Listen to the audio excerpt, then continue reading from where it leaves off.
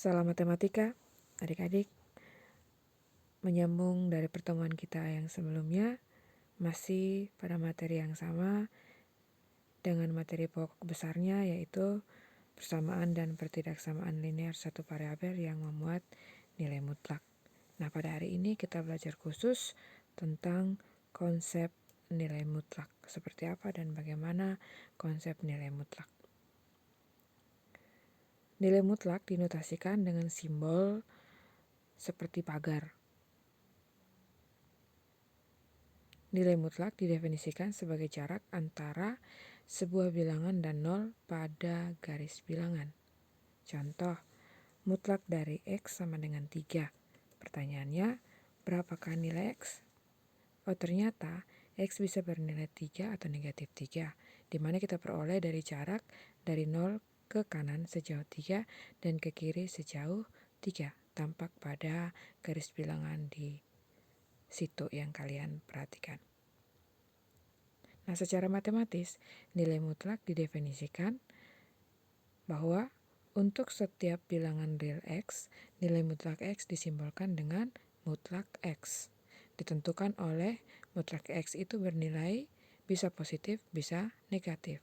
Nah, kalau positif untuk X-nya lebih besar sama dengan 0, dan kalau negatif X untuk X lebih kecil 0. Apa arti dari simbol-simbol ini? Oh, artinya bahwa nilai mutlak dari bilangan positif dan negatif selalu bernilai positif. Baik dia positif, baik dia bilangan positif maupun dia bilangan negatif, yang namanya nilai mutlak, dia selalu bernilai positif.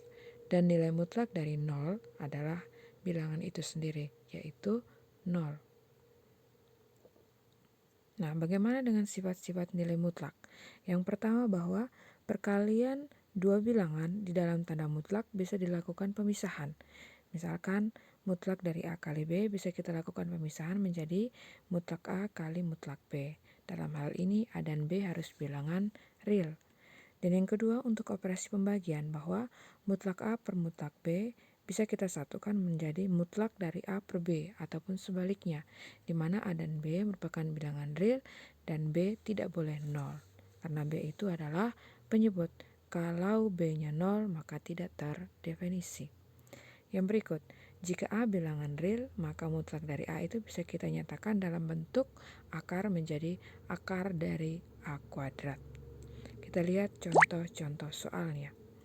Contoh yang pertama, mutlak 3 sama dengan berapa?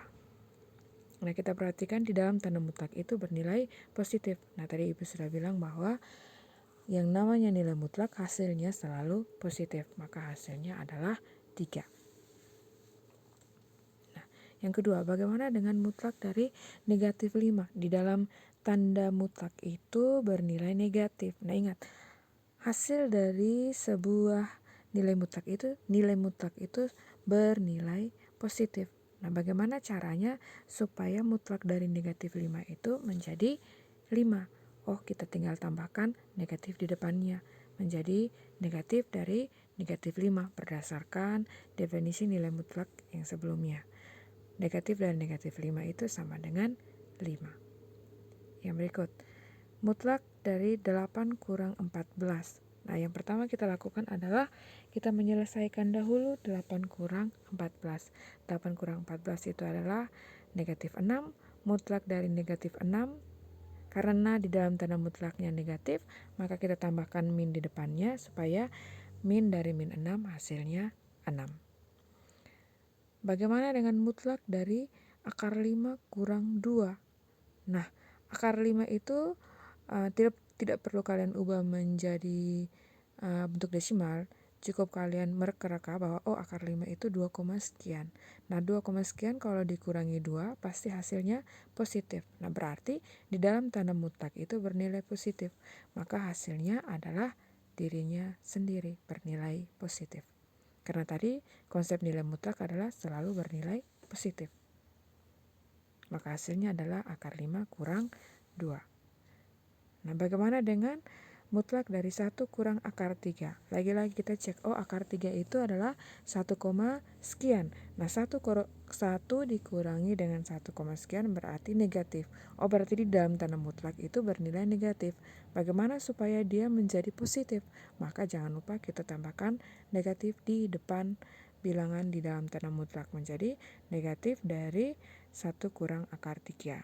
Nah, hilangkan kurungnya maka menjadi negatif 1 plus akar 3. Kita bisa tukar posisinya menjadi akar 3 min 1. Nah, bagaimana kalau kita disodorkan soal untuk N lebih besar sama dengan 2, tentukan nilai mutlak dari 2 kurang N.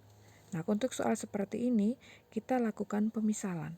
Kita misalkan N yang lebih besar dari 2 itu N sama dengan 3. Kita coba, mutlak N-nya kita ganti dengan 3, berarti mutlak dari 2 kurang 3 itu sama dengan mutlak dari negatif 1. Oh, di dalam tanda mutlak itu bernilai negatif. Di dalam pagar ya, dalam pagar atau dalam tanda mutlak itu bernilai negatif. Sehingga mutlak dari 2 kurang N itu sama dengan, jangan lupa ditambahkan dengan min. Min dari 2 kurang N. Hilangkan kurung menjadi min 2 plus N, bisa tukar posisi sama dengan N kurang 2. Kita lihat soal berikut. Kita dikasih soal model lain lagi. Pagar-pagar, 3 kurang 6 pagar, kurang 2 pagar. Bagaimana kita menyelesaikan soal seperti ini?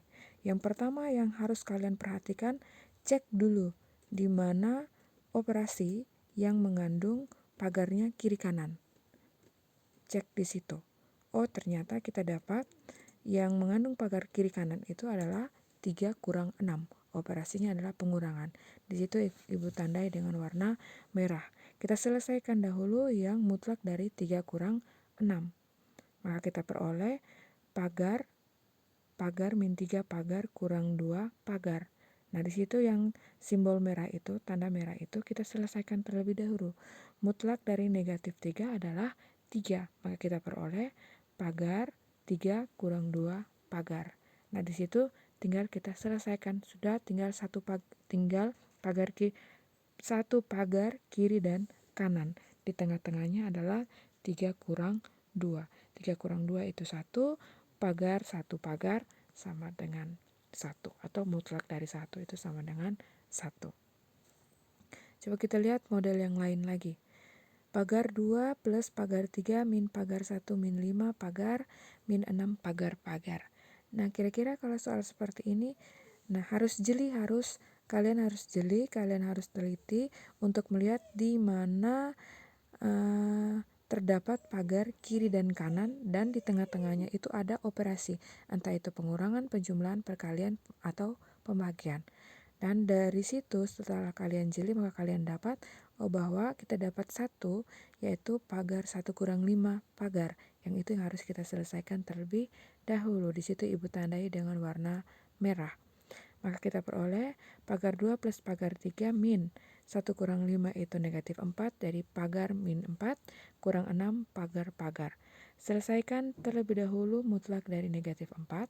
Maka kita dapat mutlak dari negatif 4 itu 4. Jadi kita dapat pagar 2 plus pagar 3 min 4 min 6 pagar-pagar.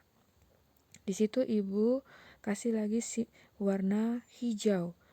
Artinya bahwa kalian selesaikan itu terlebih dahulu. Pagar 3 kurang 4 kurang 6 pagar itu diselesaikan sehingga diperoleh pagar dari negatif 7 pagar.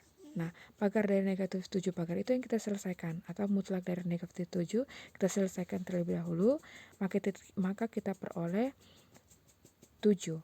Sehingga tanda mutlaknya hilang, sisa satu tanda mutlak paling belakang dan ada satu tanda mutlak paling depan, pagar depan. Sehingga pagar depan 2 plus 7 pagar belakang, maka kita peroleh mutlak 9. Mutlak 9 hasilnya adalah 9. Kita lihat soal berikut. Bagaimana kalau kita dikasih soal mutlak dari X min 2. Nah, kalau untuk soal seperti ini kita tinjau berdasarkan definisi bahwa mutlak dari X min 2 hasilnya adalah X min 2, di mana X harus lebih besar sama dengan 2 supaya dia positif. Terus bagaimana kalau negatif? Atau mutlak dari X min 2 itu sama dengan min dari X min 2, di mana X-nya harus lebih kecil dari 2. Negatif dari X min 2 itu bisa kita ganti menjadi 2 kurang X. Soal terakhir, tunjukkan bahwa mutlak 4X tambah 6 itu sama dengan 2 kali mutlak dari 2X tambah 3. Mutlak dari 4X tambah 6 itu sama dengan mutlak dari 2 dikali dengan 2X tambah 3. Kita selesaikan terlebih dahulu yang di dalam tanda mutlak itu. 4 dengan 6 keluarkan 2 sehingga dalamnya menjadi 2X tambah 3 berdasarkan sifat distributif. Kalian tidak asing lagi dengan sifat ini karena di SMP sudah kalian pelajari. Nah, di situ kita peroleh mutlak dari 2 dikali dengan 2X tambah 3. Nah, jangan lupa sifat perkalian dari nilai mutlak yang tadi sudah kita belajar sebelumnya, maka kita bisa mengubah bentuknya menjadi mutlak 2 dikali dengan mutlak dari 2X tambah 3, sifat yang pertama tadi. Sehingga mutlak 2 sama dengan 2 dikali dengan mutlak dari 2X tambah 3. Maka kita katakan dia tertunjuk. Nah, kira-kira seperti itu konsep nilai mutlak. Selamat belajar dan salam matematika.